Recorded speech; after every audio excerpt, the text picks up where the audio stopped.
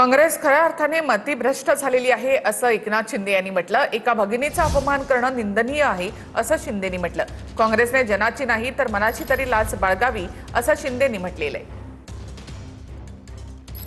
जागा दाखवली, त्यांना घरी बसवलं, हे त्यांनी ओळखून राहावं आणि यासाठी त्यांनी जे वक्तव्य केलंय त्याची माफी मागावी। नक्कीच, पण हर्षवर्धन सकपाळ कुठे माघार घेत नाही। ते म्हणतात की अर्थ खातं स्वतःकडे घ्यावं आणि त्यांनी सिद्ध करावं की ते गुंगी नाहीत म्हणून।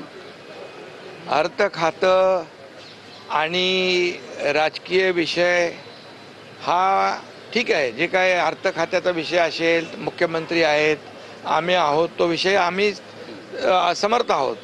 परंतु अर्थ खात्याच्या नावाखाली एका भगिनीचा अपमान करणं हे किती दुर्दैवी आहे आणि त्यांची बुद्धी भ्रष्ट झालेली आहे का? आणि म्हणून काँग्रेसला या अशाच लोकांच्यामुळे घरी बसावं लागतंय। लोकांनी त्यांची जागा दाखवली 2024 मध्ये। आज त्यांची परिस्थिती राज्यामध्ये देशामध्ये काय? त्यांचे नेते विदेशामध्ये जाऊन मोदीजींचा अपमान करतात, देशाचा अपमान करतात, देशाची बदनामी करतात आणि तेच लोक आज आपल्या राज्याच्या उपमुख्यमंत्री सुनेत्राताईंचा त्यांनी अपमान केलाय।